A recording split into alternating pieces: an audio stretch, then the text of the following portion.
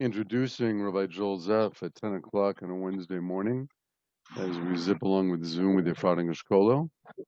And Rabbi Zeff will introduce his topic as well. Since I just got the email, I didn't open it myself yet. Rabbi Zeff, introduce your topic, please.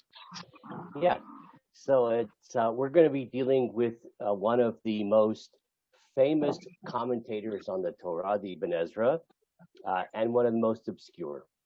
That's the topic for today. First of all, can everybody hear me okay? Because I'm getting something that says the internet connection is unstable. Can you hear me okay? Yeah, we hear you fine. Although you may be unstable, we hear you. Okay, thank you very much. Why do you say Ibn Ezra is obscure? I mean, everyone knows the Ibn Ezra. Yeah, it's not the name. That's Okay. obscure. Okay, now let's just back up a little bit. If you pick up a Mikro Gedolot, one of the collections of the most famous commentators on the Torah, almost any edition, even the ones that are the cheapo editions that don't have any of the more exotic commentaries in it, you're going to find that it's going to have, of course, Rashi printed on the page on the Torah, and you're going to find, of course, the Ramban printed there, and you're going to find the Rabbi Avraham ibn Ezra printed there, and you might find a few others, but those are the the big three. And it's interesting that for those of us who learn Torah seriously, which is everybody participating in this discussion, so when we're learning something in the Torah, obviously the first place we start the discussion is with Rashi. And then we might want to see what the Ramban has to say on that particular verse. But you'll notice that it's actually somewhat rare to, even though the Ibn Ezra is on the page and the Ibn Ezra is in the top three of the most famous, the medieval commentators of the Torah, it's somewhat unusual to learn the Ibn Ezra, or for the same reason, to quote the Ibn Ezra in a shiur. And the question is why? And the reason is, on the one hand, simple, and on the other hand, complex. The simple reason is the Ibn Ezra is exceedingly difficult to understand.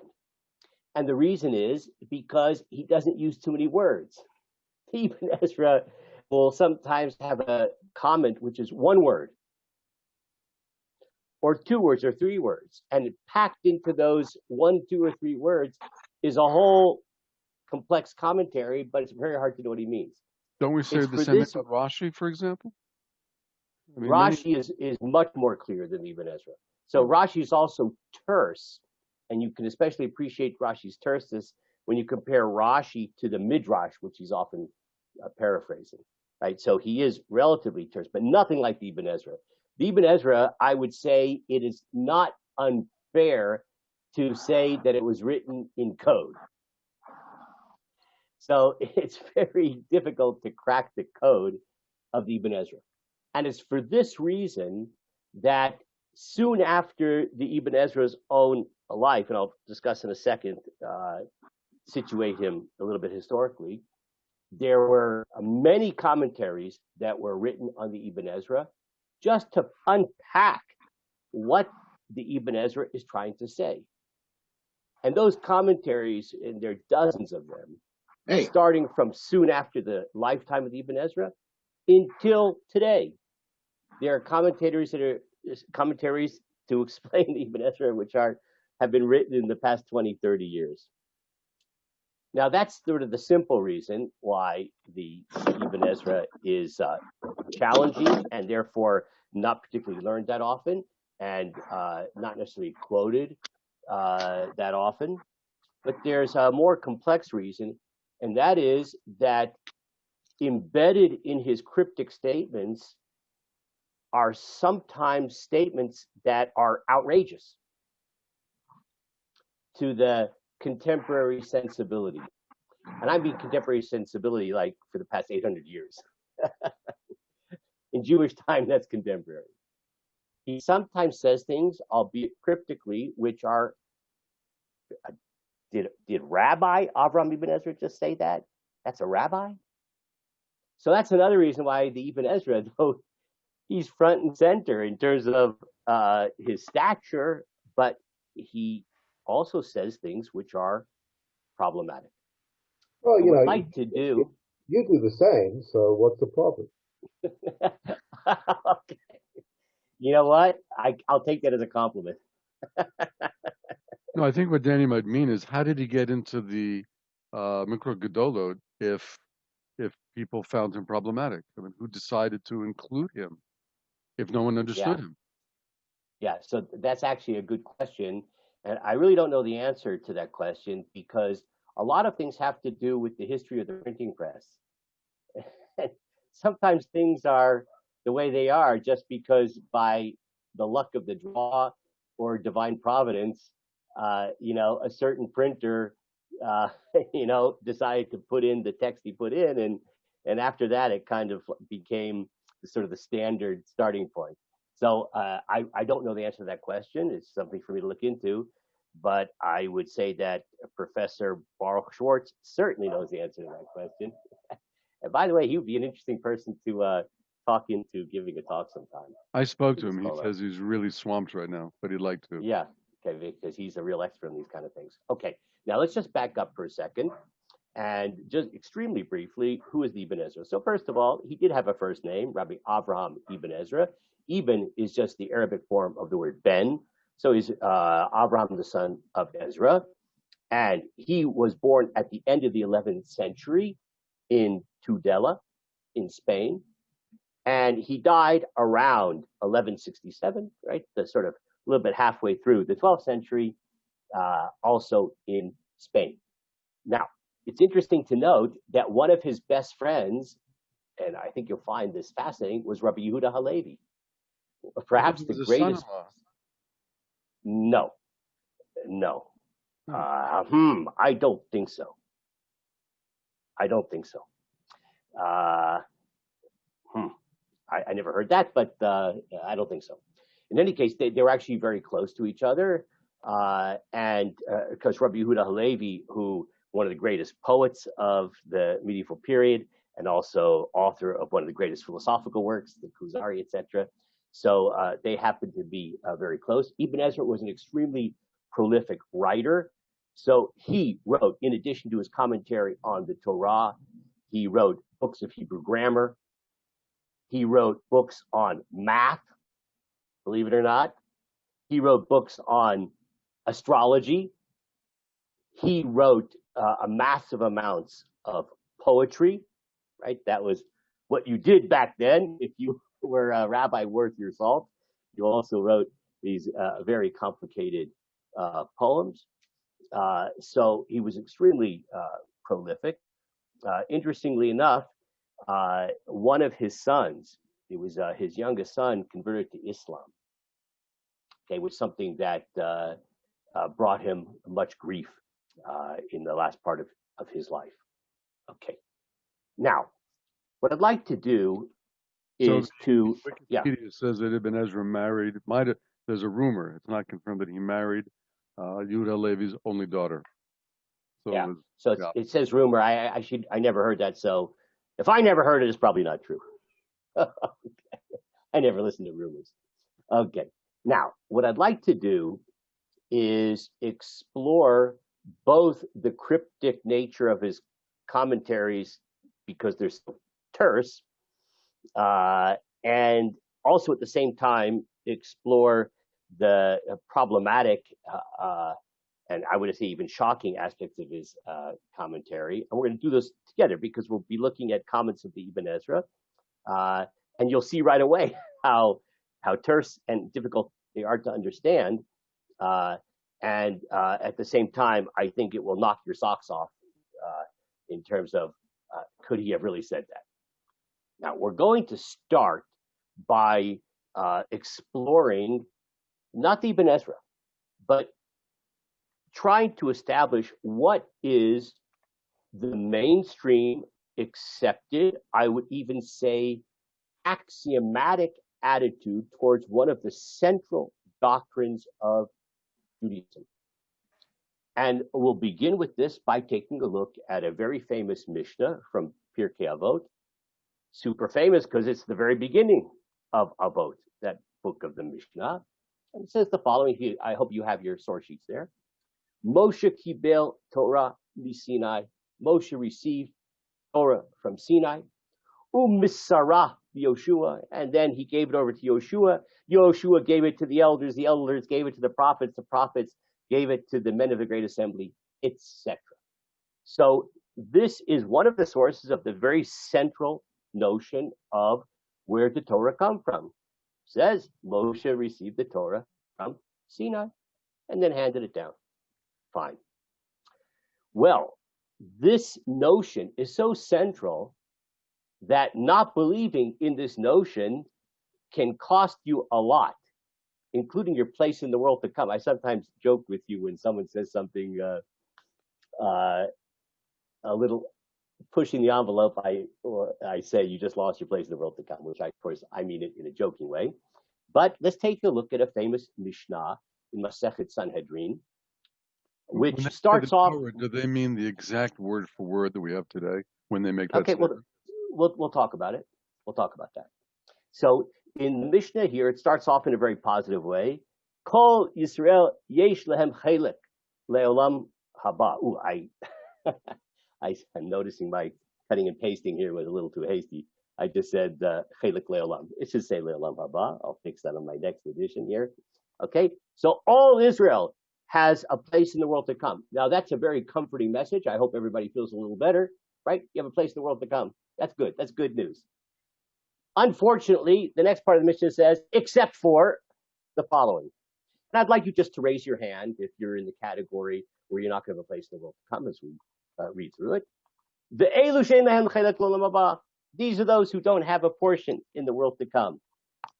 Ha'omer ein tchiyat hametim min Torah. Someone who claims that the notion of the resurrection of the dead is not found in the Torah.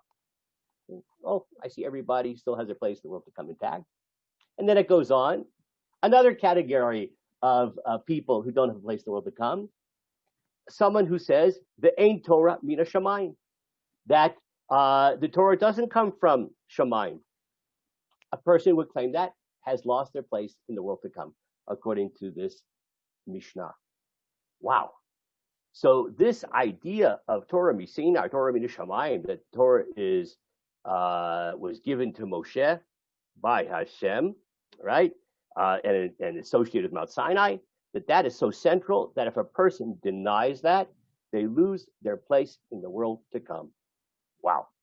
Let's take a look at how our good friend the Rambam formulates this idea in his famous 13 principles of faith, right? And it's number 8. Number 8 of the 13 principles of faith. Let's listen to how the Rambam says this. And by the way, there's a lot of very important ideas here, and we'll try to savor some of them as we go through it. The Rambam says the following. This is from his introduction to the chapter Chelik in the Mishnah. Rambam wrote an Arabic commentary on the Mishnah that has introductions. So he has a general introduction to the entire Mishnah, which is extremely important. Talks about the history of the oral law. He then has an introduction to Avot, right, that we just took a look at before, Masechet Avot. That deals with character development and kind of Torah psychology. And he has an introduction to Per Chelik. That chapter in Sanhedrin called Chelik deals a lot with eschatology, end of days kinds of ideas, sort of fundamental beliefs, especially about Messiah, etc. We some weeks ago spent a lot of time on that idea, and it's in the context of his Arabic commentary in the Mishnah, his introduction to Per Chelik, that he lays out the 13 principles of faith. Hayesod Shmini. I have a question to ask you. Sure. Was in Spain. So why did he say Arabic? There were no Arabs there. Maybe later on when he went to Egypt, but There was no Arabic then. Yeah. Okay. So there's two.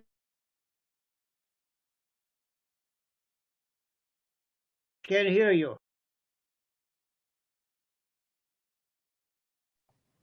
Okay. How about now? How about Yeah. now? Okay. Okay. You're back. I was muted. Okay. So the second reason is the primary reason, that is that the Rambam actually left Spain at an early age. And you also have to appreciate that the Muslims conquered the entire Mediterranean basin from Spain, right, in the west of the Mediterranean basin, all the way to the east. So, Islam was spread, and Arabic spread throughout that whole area. And like you said, that he actually moved to Egypt and spent, I would say, a good part of his career and a good part of the time when he was writing in Egypt. And of course, so most of the Jewish world at that time that he was addressing were Arabic speakers. And he wrote some of the most important works in Judeo-Arabic. It's not exactly the same Arabic that Arabs speak. It's the Arabic which Jews spoke back then, written in Hebrew letters, just like Yiddish. Yiddish is a German dialect written in Hebrew letters, right? So he wrote it in Judeo-Arabic, in Hebrew letters. It says the following. Hayesod Shmini, the eighth fundamental principle of Jewish belief, Heyot HaTorah Mina Shamayim, is that Torah is from heaven. Now, I'm sorry, Kenny, you had your hand up there? Oh, yeah, okay. So it's Torah Mina Shamayim, the Torah from heaven. Now, where do you get that formulation from? That's from the Mishnah in Parak Chelek that says if you don't believe in that, you lose your place in the world to come. The Rambam figured, well, if you lose your place in the world to come, that must be a fundamental belief of Judaism. But now he goes on. V'hu shena'amin, and what is this idea? What's this principle? That we should believe, ki kol haTorah hazot hanetuna ayedei Moshe Rabbeinu alav shalom, that all of this Torah which was given through Moshe Rabbeinu, peace be upon him, shehi kula mipi hagvura, all of the Torah in its entirety, right? He uses the word kula, right? All of it is from the Almighty. Klomar shehigi'at elav kula meit Hashem yitbarach, that it arrived, all of it, from God. Bi'inyan shenikra al derech ha'she'ela dibur. This is a very important point he's making here. In a manner which is called metaphorically dibur, speaking. Okay. So that's a very important idea. I just was learning with someone who's a prospective Jew. They're in the process of conversion. I was studying with them. And so they're coming from, no knowledge of Judaism. And they're trying to understand, like, what is this Torah thing and where to come from? And, where'd he get it? If it came from Hashem, what was the process? Did a voice come out of heaven saying, okay, Moshe, take dictation? So it's important not to simplify that process. The Rambam says that the notion of speech, that God spoke the Torah to Moshe, is derech she'elah, it's a metaphor. It doesn't mean it literally. So the Rambam says. Now he says even more important. The ein yadua heach higia. It's not known how it arrived. We cannot possibly understand how God revealed the Torah to Moshe, because that is essentially a miracle, because it's the bridge between the infinite and transcendent God and finite human beings, words. What created that bridge? We can't understand it. It's a mystical experience that Moshe had. And it's called speaking by way of metaphor. So this is the Rambam. Ela haya Moshe alav shalom sheyagia lo. What do we know? That it was Moshe that the divine revelation came to. V'chi hu haya kamo sofer, and he was like a scribe. Right? Again, the Rambam already just said it's not literally taking dictation, but in a way of just understanding this in some kind of general sense, he's like a scribe. Shekorim lo, that someone calls to, v'kotev kol hamorot hayamim, and who writes down the history. The king wants the history to be written down, calls in a scribe, and dictates the history. Except for that is only a metaphor. Hasipurim v'mitzvot, right, in terms of the Torah, it's history in the Torah. It's stories in the Torah. It's mitzvot in the Torah. So it's like God dictating to Moshe. But he already said it doesn't mean it literally. It's some mystical experience. Ulafichach nikra mechokek. That's why Moshe is referred to by this term mechokek, which the Rambam seems to understand as a term which means like a scribe. The word mechokek actually means to engrave. Right? He's like engraving what he's being, the material that is being communicated to him. Now he says something really fascinating here. Be'ein hefresh bein u'bnei cham kushu mitzrayim. There's no difference between a verse that says, "And the sons of Ham were Cush and Mitzrayim," and another verse, "V'shem ishto mithavel," right? And the name of his wife was Mithavel. Or another verse, "V'timna hayta filegesh," that Timna was a concubine. So all those three examples are verses that seem to have no significant meaning. Who cares that the children of Ham were Cush and Mitzrayim?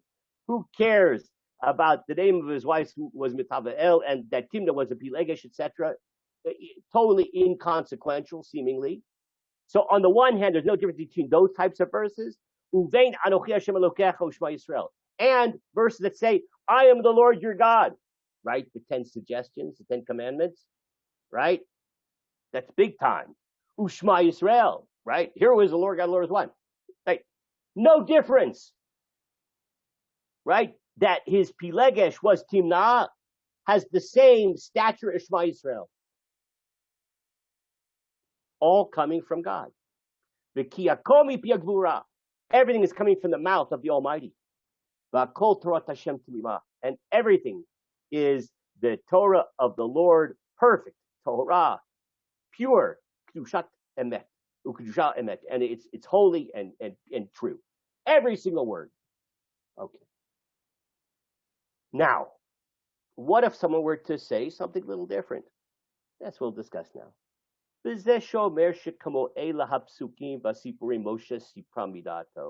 Someone who would say that, like the psukim he mentioned above, those verses, right, that seem to be very inconsequential, or stories that appear in the Torah, that Moshe made them up.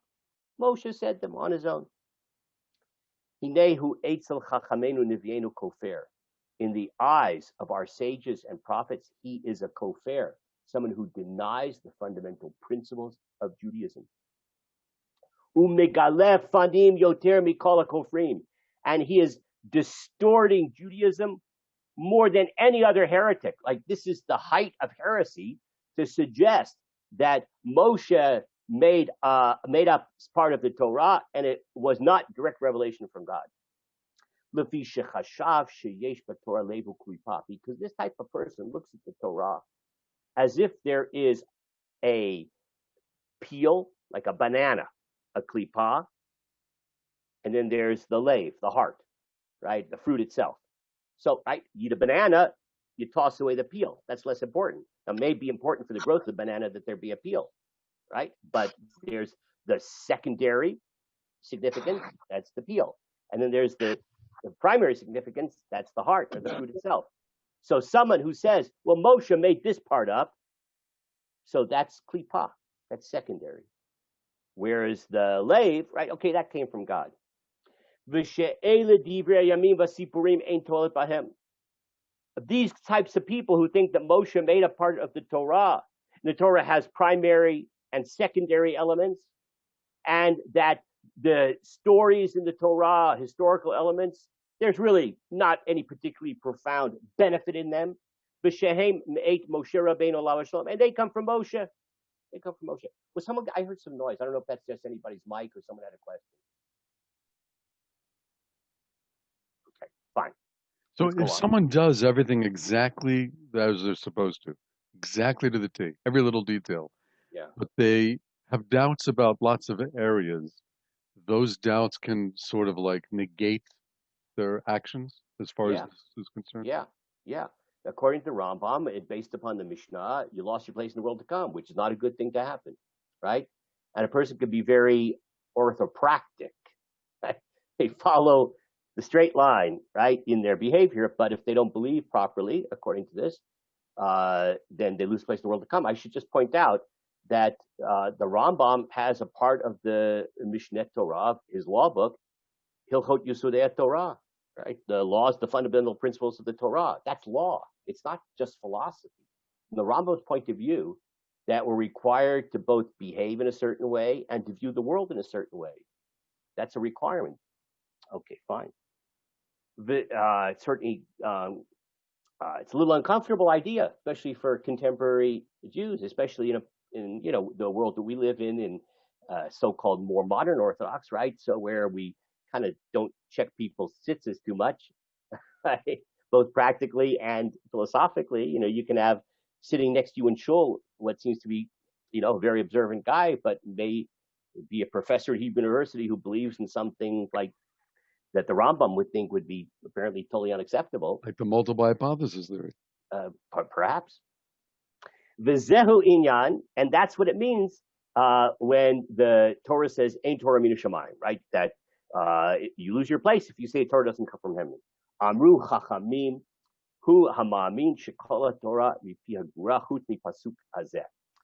If somebody believes that all the Torah comes from God except for one verse, Shelo amaro hakadosh baruch hu, that God didn't say that verse.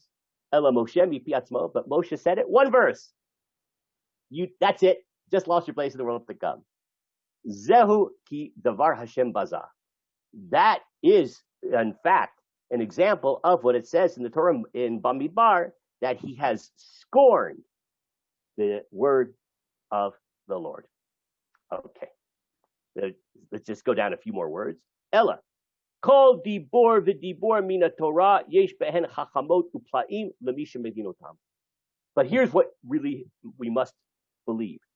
Every single word of the Torah has within it wisdom and wonders, if you understand. So when it says that Timnah was a concubine, if we had sufficient wisdom, we would in fact understand that encased in those words is tremendous truth. But you have to understand it. V'lo huskat tachlit chochmatam, and the wisdom of the Torah, there's no limit to it. It's infinite. Arukam eretz da.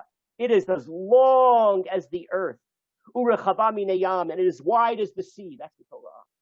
We can never plumb the full depths of its wisdom in every single word, no matter how apparently inconsequential is a revelation directly of the divine will and wisdom. Ve'ein le'ish ela lahalech b'kvot David Mashiach le'Elohei Yaakov. And we have no other way of behaving other than to go in the footsteps of David. Mashiach. David was the Mashiach, right? He was the anointed one. He was king, right? Who said to the God of Jacob, Shehit Palel, that he said in Psalms, Gal Einai, reveal my eyes, open up my eyes, O Lord. Vabita niflaot mitoratecha, and then I will gaze upon the wonders of your Torah. That's a verse in Psalms. Open my eyes, O Lord. Uncover my eyes so that I can see the wonders of your Torah. And according to Rambam, every time we learn Torah, we should remind ourselves that verse, and we should pray that verse, because there is nothing inconsequential in the Torah. Everything is profound, but it's hard to see it sometimes. Ukmochen perusha Torah. Now the Rambam takes us one step further, and I have a feeling a lot of other people are about to lose their place in the world to come with this next part. He says not only is it true concerning every word in the Torah, it's also true concerning the explanation of the Torah, hamukubal gamkin mipi hagvura, which was also received from God himself. The perush, the explanation of the Torah, is from God also. The fact that we make a sukkah, timely, we just had sukkah not too long ago, make a sukkah in the way we make it, right? How do we know what a lulav is, a shofar, tzitzit, tefillin, right? All the things that we do as part of Judaism. So, hu ba'atzmo hatavnit asher amar Hashem bracha Moshe. You know how we know what tefillin look like? Because God explained it to Moshe. That's how we know. V'hu amar lanu, and he told us, Moshe told us. V'hu ne'eman b'shlichuto. And Moshe was very reliable in carrying out his agency. Wow. So the Rambam smoothly glides from the divine origin of the written law to the divine origin of the oral law, and both these elements, it is critical according to Rambam that we believe that they come from God. V'hamamar hamoret al yesod hazeh hu ma shene'amar. So now you could ask, wait a second, where in the Torah does it say I have to believe this stuff? But he says, I'm glad you asked.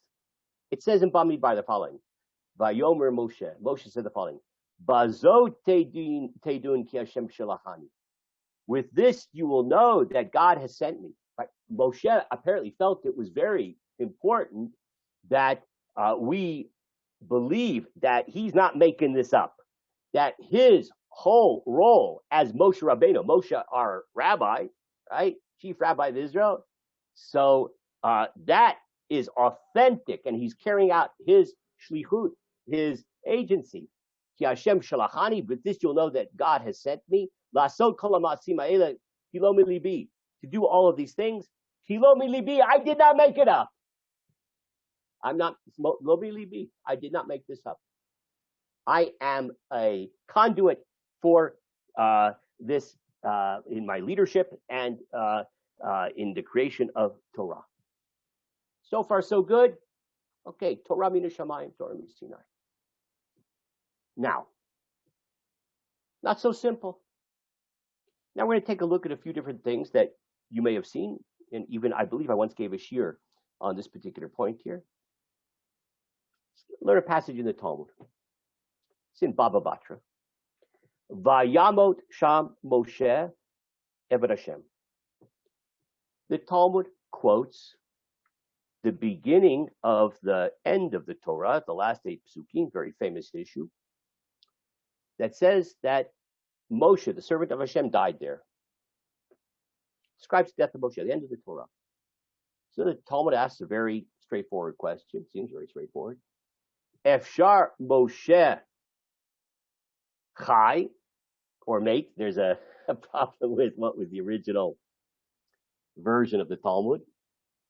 2 ways of reading it. Is it possible that Moshe died, or is it possible that Moshe was living? The Katav Yamot Sham Moshe, and he wrote, and there died Moshe. So, in a certain level, it might be easier to understand as, is it possible that Moshe died? Even though that's actually, if you think about it in a more complex way, that's not the easiest way to read it, but I don't want to get into that right now.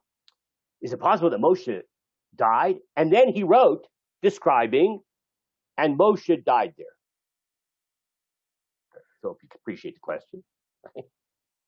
He can't be describing something that he was dead, because right? He's for obvious reasons. Ella adkan katav Moshe u'mikan ve'elach katav Yoshua. But rather, up until this point, meaning up to the last 8 psukim, but not including, Moshe wrote, mikan ve'elach katav Yoshua. After that, Yehoshua wrote it. Very famous passage in the Talmud. Now, Can we ask in the entire book of Devarim that it's really the words of Moshe and God said, print it? Yeah. So, so that's a little different, because you could certainly understand. I'll give you maybe an easier example, that the Torah is full of statements which are not coming from God. Let me explain what I mean by that. The Torah, in one of the most dramatic places, is a long series of prophecies by Bil'am. So those words came from Bil'am, except for God told Moshe. Now, you just heard Bil'am talking, right? Write it down. Right? And here's how to write it down. So in the same way, Moshe gave a very dramatic speech, right? Presumably very inspired by Ruach HaKodesh, by the divine spirit. And then God said, love it, write it down. So that's prophecy, right? God tells him what to write, and he's describing something that already happened. That's not a problem. What's problematic is when Moshe is describing something that hasn't happened, and Moshe died there. That's a problem. For one thing, Moshe emet b'torato emet. Moshe is the embodiment of truth, and the Torah is truth. Moshe is going to lie. Moshe died. He's writing. He's alive, writing, and Moshe died. It's a lie. Moshe didn't die. Okay. Now, the Talmud says, well, that's one way of looking at it, that Yoshua wrote those last 8 psukim. That takes care of writing down something which has already happened and recording it, describing it based upon God's instructions. Okay. But there's another way, and that is the following. Ad kan HaKadosh Baruch Hu omer Moshe omer v'kutev. Up to this point, God would speak, and Moshe would take dictation. Remember, the Rambam said it's a metaphor, right? So there was a process of revelation. We can't understand the exact mechanics of that. But the last 8 psukim, mikan ve'elach HaKadosh Baruch Hu omer u'Moshe kodei b'dema. And after that, the last 8 psukim, God dictated, and Moshe wrote with tears. So the simple way of understanding this explanation seems to be that Moshe was a very faithful scribe. He just does what he's told. So God said, okay, write down the following words. Moshe died there, the servant of Hashem. So Moshe says, whoa, no, I don't want to write that down. Like, you're going to force me to write down something that's, from my perspective, not true because he didn't die, or it's sad, however you want to explain why he had tears. And God said, do what you're told, Moses. So I wrote it down. So that's the second explanation. Okay. So here it's fascinating to note that there is an opinion in the Talmud says that Yoshua wrote the last 8 psukim. So things aren't that simple. I just want to point out that this not so simple passage in the Talmud was famously explained, and I believe I once gave a shiur on this, by the Vilna Gaon in a very different way than is commonly understood. Because this is commonly understood as saying that, okay, Moshe wrote down all of the Torah except for the last 8 psukim. There's an opinion like that. And Yehoshua wrote down the last 8. Fine. The Vilna Gaon says that is totally not true. It doesn't say that. That's not what happened. And the Vilna Gaon gives this very brilliant explanation that says the following. The Torah was given not in the form that we have it now. The Torah was given in a mystical form. It was a code. The Ramban says this in the beginning of his commentary on the Torah, that the original Torah had no spaces between the letters. No spaces. It was like a computer code. And so we'll call that, for the sake of our discussion today, the primordial Torah. None of us in this room, except for Danny, would be able to read that Torah, right? This mystical Torah. Then what did Moshe do? So Moshe then took this primordial mystical Torah, in which there were no spaces between letters and could be understood only by having the mystical key to unlock all the different mystical meanings in it. He then took it and he translated it into normal Hebrew. Moshe took the primordial Torah and then, based upon God's instruction, he translated it into normal Hebrew with spaces like we have it nowadays, so that you could read stories and understand the mitzvot. And according to Vilna Gaon, that's what the text means when it says, up to the last 8 psukim, so God spoke, and Moshe, he would speak and write, meaning he would translate the primordial Torah into normal Torah, normative Torah, and then write it down. The last 8 psukim, God spoke, and Moshe didn't translate. He wrote it down b'dema. And the Vilna Gaon says Dema does not mean tears. Dema means mixed up in code. And he proves this from different sources, that the word dema doesn't necessarily mean tears, it can mean mixed up. That Moshe refused to translate the primordial Torah into the normative Torah in the last 8 psukim. Why? Because Moshe was a man of truth. He refused to write something which was not true at the point he wrote it. And so therefore, he left it up to Yehoshua to translate the primordial Torah into the normative Torah. It's not that Yehoshua wrote the last 8 psukim. He didn't. He translated the last 8 psukim from the primordial Torah to the normative Torah. That's how the Vilna Gaon understands this passage in the Talmud. And according to the explanation, there's nothing particularly shocking about this passage in the Talmud. This passage in the Talmud is not the first example of biblical criticism, right? Cited by professors to show you that even the Talmudic rabbis believed that the Torah is not of Mosaic authorship, at least all of it, right? Because even maybe Yoshua wrote the last part of the Torah. So the Vilna Gaon says absolutely not. Yoshua did not contribute the last 8 psukim. He translated the last 8 psukim, which Moshe didn't want to do because he didn't want to write words that were not true for him. That's fascinating, the idea of the Vilna Gaon, but it's certainly not the pshat, because, I mean, why is the Gemara dealing with this question in the first place? It's because we have a problem, like who actually wrote the story of Moshe's death? So he's finding he's finding another way to explain it, but it doesn't explain what was the difficulty in the Gemara. I mean, if the Gemara didn't have a difficulty with Moshe writing about his own death, then why discuss this thing? Yeah, that's an excellent question.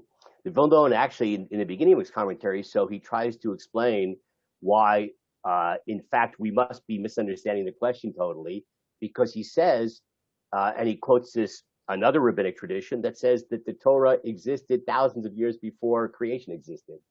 So in a certain sense, why focus on the unique nature of the last 8 psukim, right? The very first verse in the Torah is already problematic, because when it says in the beginning, God created the heaven and the earth, when that existed, that verse, there was no heaven and earth, right? Because the Torah predates everything, right? So the Vilna Gaon understands that the Talmud here is trying to deal with a much more profound issue, and that is not so much, sort of the technical problem of how could Moshe describe something that happened after he died, but rather what is the fundamental nature of Torah itself, right? Primordial versus normative, and the process of how the Torah became from primordial to normative, etc. But it's a very good question. The issue relating to Moshe's death, we have people that are on their deathbed commonly make statements about, they know they're dying, and they comment, when I die, I want to do the so-and-so, and that has legal force to it. So the fact that people have difficulty commenting on what will occur when they die and after the death, that it happens all the time. Yeah. So I can't imagine that Moshe would be so upset that he can't act to dictate what is being told by God, if that's what's meant for the rest of the Torah. Yeah. Okay. So I'm not exactly sure your question is. Are you asking why would he be upset? Yeah. How could he? We see all the time that people comment about their deaths without being upset. Okay. So that's why the truth of the matter is, even though I think intuitively people understand the Talmud to mean that it was sad for Moshe to write it down, but as you just pointed out, someone presumably on Moshe's level of spiritual refinement is not afraid of death. And, so that's why I actually tried to say that's not what bothered him. What bothered him was forcing him to write down words which weren't true. That's why he was crying, right? It was just so antithetical to his total commitment to truth. It seems very forced, very forced. Yeah. Okay. Well, that's a matter of a judgment. You just lost your place in the world to come. So I'm just joking, of course. So now I want to take a look at another passage in the Talmud, which also deals with the same issue of Torah Sinai, and helps to clarify exactly what that means. Take a look at this passage. This is Masechet Gitin. Amar Rabbi Yochanan mishum Rabbi Bena'ah. Torah Megillah Nitna. The Torah is given scroll by scroll. Okay. And Rabbi Shimon ben Lakish says, no, Torah Hatuma Nitna. The Torah is given completed or sealed, literally. Okay, so there's a dispute. The Torah is given Megillah, scroll by scroll, or is given sealed. Now, that is a very cryptic debate in the Talmud. What does that mean? Look at Rashi. According to Rashi, it's actually very simple, but eye-opening. Rashi says, what does it mean, scroll by scroll? Megillah nitna. Kishene'emra parshat leMoshe. When a certain episode was communicated to Moshe, right, God said, okay, write this down, right? Haya kutva. He would write it down on the spot. Ulevasof arba'im shana. And at the end of 40 years, shenigbaru kol haparshiot, when all of the different episodes were written down, right? So according to this, the Torah is written serially, like Dickens, lahavdil, right? Charles Dickens wrote his books that were published chapter by chapter. You know who else wrote books like that? Isaac Bashevis Singer. Some of his greatest works were published in the Jewish Forward, in Yiddish, right? Chapter by chapter, makes you want to buy the newspaper, right? So you can get the next chapter of Isaac Bashevis Singer's book. According to this, forget lahavdil, that's how the Torah came into being. That it was revealed passage by passage throughout 40 years. Moshe wrote down each time that particular passage. Shenigmuru kol haparshiot, when all of the parshiot were done, chibran begidin utfaran. He then sewed them together. Voila, a Sefer Torah. So the first time a Sefer Torah existed, according to the Rashi here, according to that opinion in the Talmud, was only at the end of the 40 years. In the course of the 40 years, when revelations took place, Moshe would write them down, right, sequentially, and then just put them all together at the end of the 40 years. Fine. Now, what's the other opinion say? Chatumani? No, the Torah was given sealed. Lo nichtava ad sof arba'im. Moshe didn't write anything for 40 years, except for the 10 Commandments, right? That's in stone, right? But other than that, Moshe never wrote anything. Lachar shenemru kol haparshiot kulan. After the 40 years, when all of the parshiot had been revealed, v'nemarot lo b'shana rishona u'shniyah hisdurot lo al peh, and the revelations which took place in the first and second year, everything was arranged al peh. Moshe wrote nothing, only memory. He memorized all of the Torah, right? And then at the end of the 40 years, ad shekitavan, he then wrote them down. So what's fascinating about this is nobody thinks that the entire Torah existed, let's say, at the revelation of Mount Sinai. Nobody says that. Because there were successive and discrete revelations that took place during the wandering in the wilderness. And the only dispute is, did Moshe write down each revelation as it happened and then combine them at the end of the 40 years? Or did Moshe memorize them and then wrote it down in one sequence at the end of the 40 years? Is it a theoretical question, or is there a reason this is being asked? Yeah. Excellent question. So I'm not sure. I actually don't recall enough the wider context of the Talmudic discussion to understand, like, as they say in the Talmud, my nafkamina, like, who cares? So, but for us, I think, for contemporary Jews, there's a big nafkamina, and that is the following. What do our children, if they think anything about the doctrine of Torah Sinai, the Torah's project of revelation, what do they think that means? What do you think that means? So I have a feeling that they're taught the way that it's formulated ostensibly in Pirkei Avot. We just saw that today. What did it say? Moshe kibel Torah misinai u'misara liYoshua. And then he gave it to Yoshua. Torah misinai. You'll hear that phrase, Torah misinai. And we just had Simchat Torah. And under normal circumstances, even in Alon Shvut and some of the Minyanim, the kids have like a little toy Sefer Torah of you, right? Maybe some of your kids, right? And they're marching around with the Sefer Torah. And of course, the adults are also marching around with the Sefer Torah. And, this is the notion of like, Hashem gave us this Torah, and when did he give it to us? So presumably Shavuot. Not so great, but Shavuot. It's the holiday in which we celebrate the receiving of the Torah at Mount Sinai. According to the Talmud, that's not true. The Torah was revealed through the 40 years, and the only question is when it was written down. I just want to point out why this is so vital. If you teach a kid Torah Sinai, and then he goes to university, and he meets somebody who didn't have the fine education of Gush Etzion, who says, "You're kidding. Moshe received the Torah at Mount Sinai. Can you please explain the following?" The guy says, I once read, I took a comparative literature course, and I read the Old Testament. It says there that this hitting the rock and the water coming out, that happened twice to Moshe. Right? The second time, God said, "Speak to the rock," and he hit it. And the punishment was terrible. Moshe wasn't allowed to go into the land of Israel, which you can see from the Torah itself how much that broke Moshe's heart. In Parshat Vet Chanani, before he dies, he pleads, "God, please, please, please, please, please. Oh, 1 step, 2 steps, please. Just to Ephrath. I won't go past Ephrath." So just think about that for a second. The whole Torah is given to Moses Mount Sinai, right? So I assume you read it. Moshe reads the Torah, Mount Sinai. Many years later, God says to him, "Moshe, speak to the rock." And somewhere in the back of Moshe's memory, there's some vague recollection of a book he read in which it said that he was told to speak to the rock, and he hit it, and he was punished by not entering to be able to enter into Eretz Israel. Why did he hit the rock instead of speaking to it?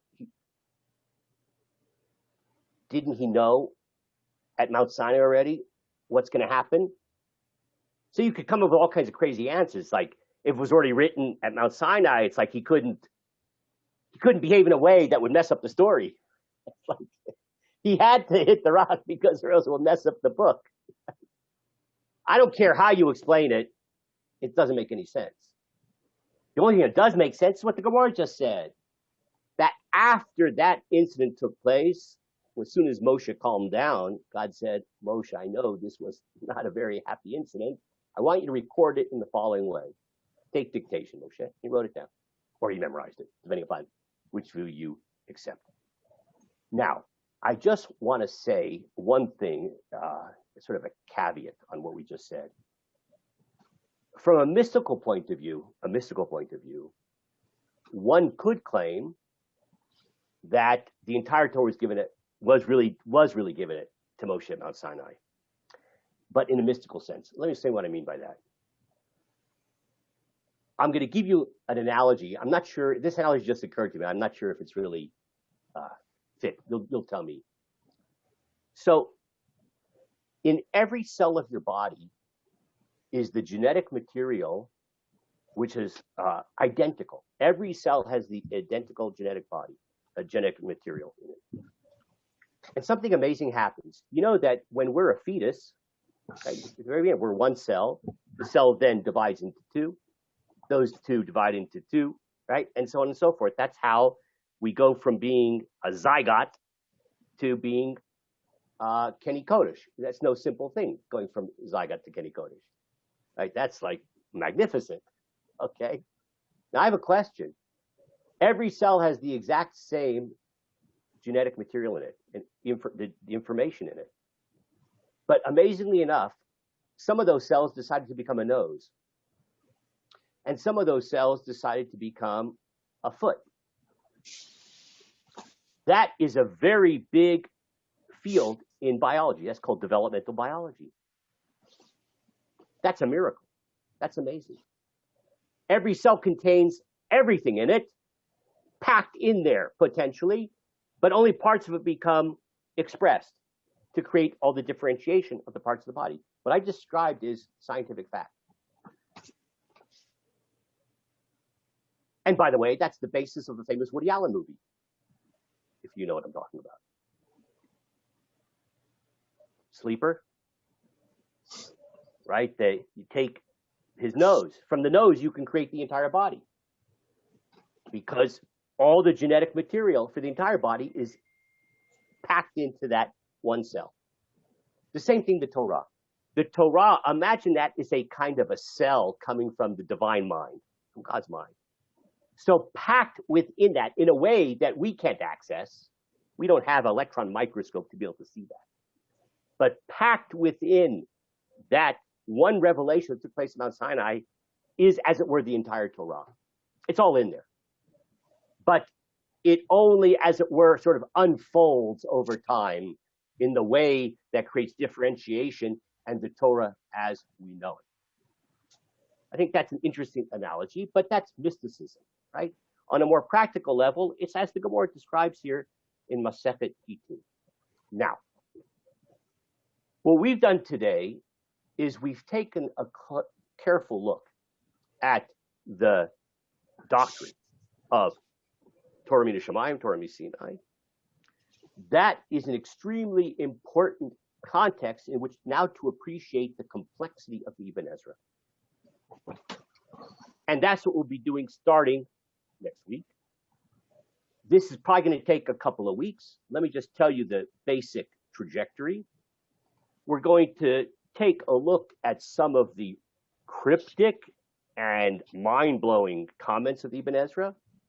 We'll be able to unpack them by looking at the most famous and perhaps most well-respected super commentary on the Ibn Ezra called Sofnat Paneach. I'll introduce that next week.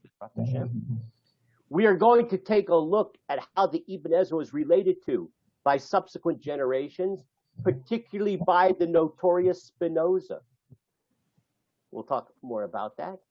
And then we will conclude with a fascinating approach from Rav Kook, where he tries to create some kind of harmony in all of these sort of conflicting and dangerous waters flowing around this particular issue. I just want to conclude in the last few seconds by pointing out that if we were to try to summarize the doctrine which we've described today of Torah Mina Shamayim or Torah Sinai, Torah Mina Shamayim is the more accurate term, which is the one the Rambam used, especially in light of the Talmud, right? The Torah comes from revelation, but not necessarily at Mount Sinai, unless you take the mystical approach. And even the Mishnah, and this goes back to something Bruce asked in the beginning, when it says Torah Sinai, you notice it doesn't say Moshe received the Torah. It says Moshe Kibel Torah, not the Torah. So that little insight there, Moshe Kibel Torah, not the Torah, helps us reconcile that with what we saw in Masechet Gittin, which is the Torah is a product of revelation, and the revelation happened over time, 40 years, and those revelations were then recorded by Moshe, and then either recorded all at once or recorded sequentially. And we will continue Bezrat Hashem next week. Rabbi, I have a question to ask.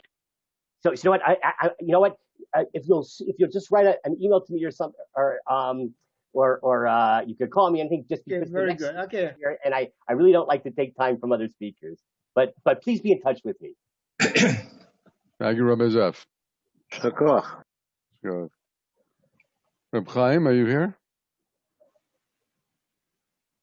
Yep. Okay. I am indeed. Good morning, everybody. How are you all? Let me introduce you, Reb Chaim. Introducing Reb Chaim Kantorovich on a Wednesday morning at 11 starting a Shkola as we zip along on Zoom. And we'll continue with Reb Chaim in Sefer Daniel in the 8th parak. That's right. Well, we learnt what we've been looking at. Before you start, I'd like to give you a little think about me. Can you have some? I can hear you. Go ahead. Years ago, one of my twins, of my oldest son, got married. Mazel tov. And I watched it. Oh, we can't hear you. We can't hear you, Irving. I watched it on Zoom, but I couldn't go to New York because we can't go right now. But and I've known all my grandchildren since they were born, and those are my children. So so I really watched it, but I, the chuppah and everything else. And when they after the chuppah, when they went to eat, she and her husband